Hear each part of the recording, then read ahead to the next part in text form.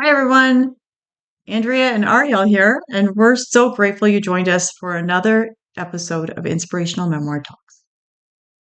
This week, we're diving into two topics that can literally save a life, maybe even yours or someone you love. We're talking about the real, often overlooked signs of a blood clot and the easy to miss signals that your mental health needs action and support. These conversations matter. They're important, they're urgent, and they're rooted in our own lived experiences, the moments that changed everything for us. Our hope is that by sharing what we've learned the hard way, you'll feel more informed, more empowered, and a little less alone. So settle in, take a breath. Let's talk about the things people don't talk about enough and why paying attention to your body and mind is an act of encourage. There was a moment in the moment that changed everything for me when I realized just how dangerous it can be to have a body that doesn't always show what's going through. It was when I got my second DVT. I remember looking at my leg and thinking, how has no one else seen this? The swelling was obvious to me. I could feel the heaviness, the pressure, the wrongness. But to everyone else, even trained healthcare professionals, it barely registered. Most people, including doctors, were shocked when they learned I had a blood clot in my upper left thigh. That disconnect between what I felt and what others saw was the beginning of a long, exhausting pattern. Every time I saw a doctor, I had to start from scratch, explain my story, explain my symptoms, and explain the specialist had already done. It was like being stuck on a loop where my life-threatening medical history was treated an interesting antidote instead of warning sign. And after my second DVT, the stakes got even higher. The part that still scared me was the part that honestly keeps me up sometimes, is knowing that if I hadn't brought up my first DVT when I went to the hospital, would they have even checked for another one? They weren't planning to look. They weren't thinking a blood clot. But the clot they eventually found was in my pelvis, a place where it could have been so much more dangerous, a place where it had gone unnoticed. I might not be here telling this story.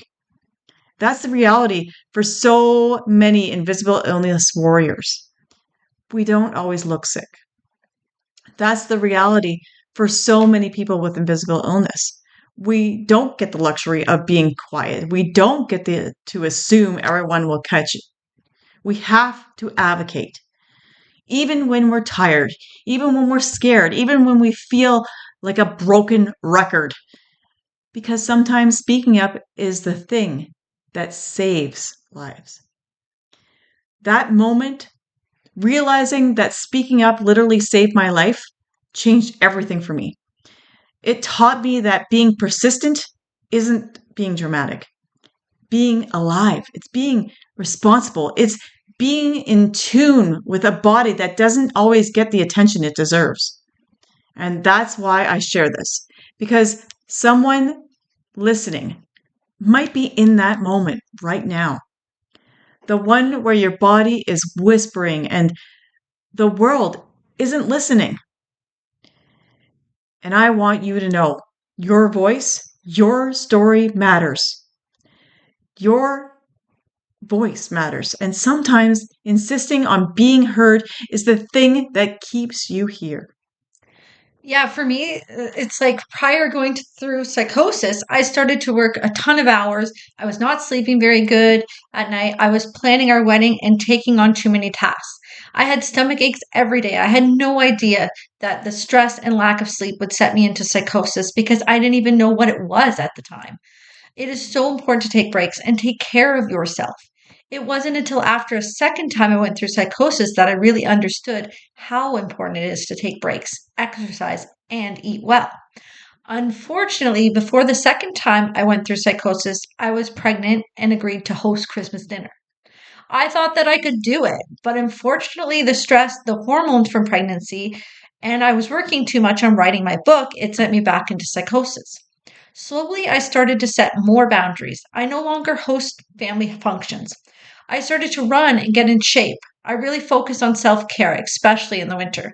Prior to Christmas, I would start by shopping early.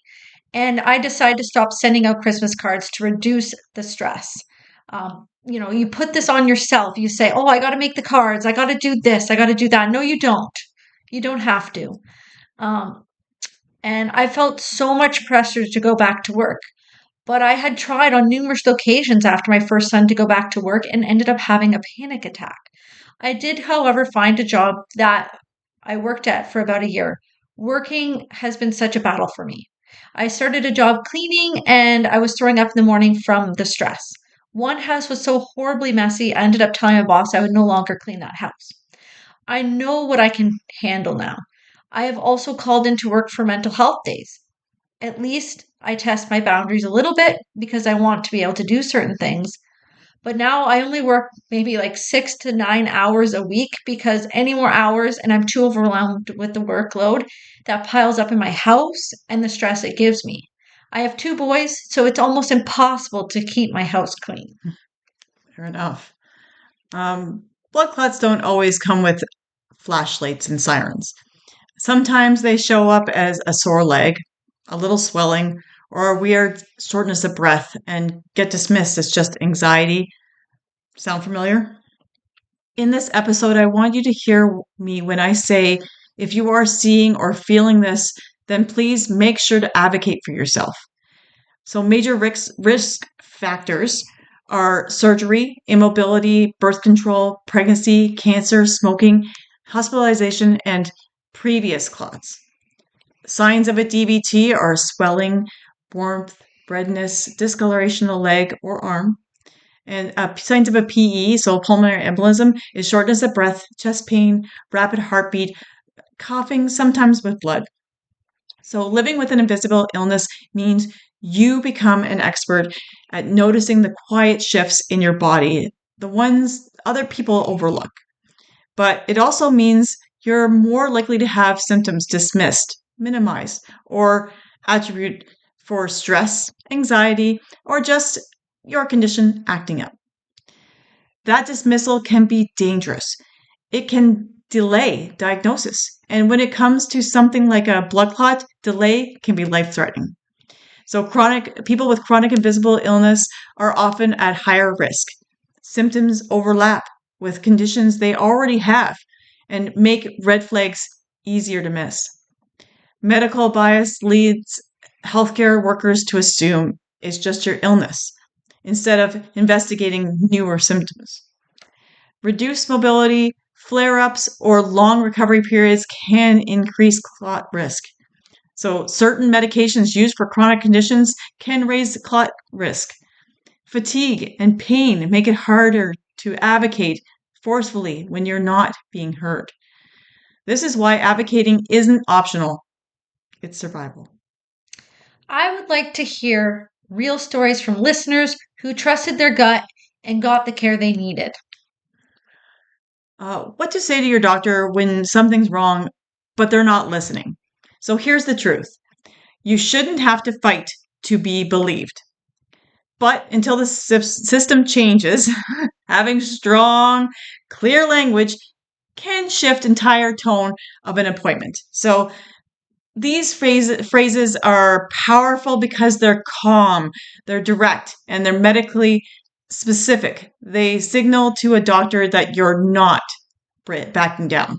So this is a new symptom for me, and it's not normal. Doctors often anchor to your existing diagnosis. This line breaks that platform.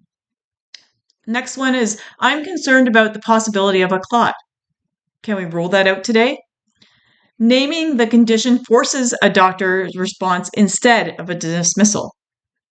I understand you're not seeing what I'm feeling, but the pain, swelling, breathlessness is excruciating. It's escalating. So this reframes the conversation around change, which clinically is significant.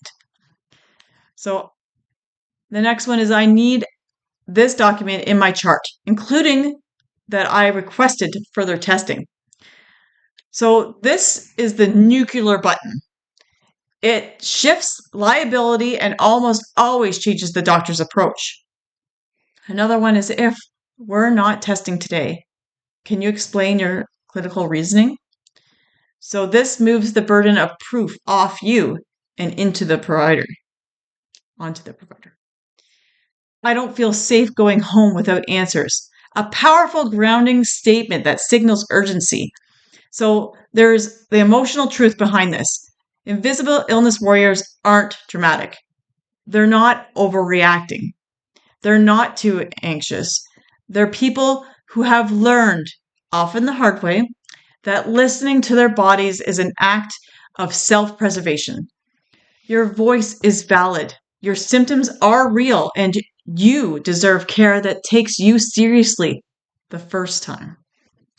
I'm going to say too that I have just learned this week. So this week I was talking to a psychiatrist, which I don't have a psychiatrist. It was just like a student in her 4th year. And she said to me, okay, you're on anxiety meds that your doctor prescribed. And I said, yes. She explained what they were and said, if this anxiety med starts to put you into hypomania, these are the specific ones for bipolar. So that really got me thinking. So the ones that I'm on right now, are they not for bipolar?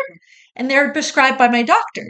This is the really frustrating part for me, is that my doctor's prescribing things, but she does not have a background with bipolar disorder. Psychiatrists do, but yet I don't have a psychiatrist.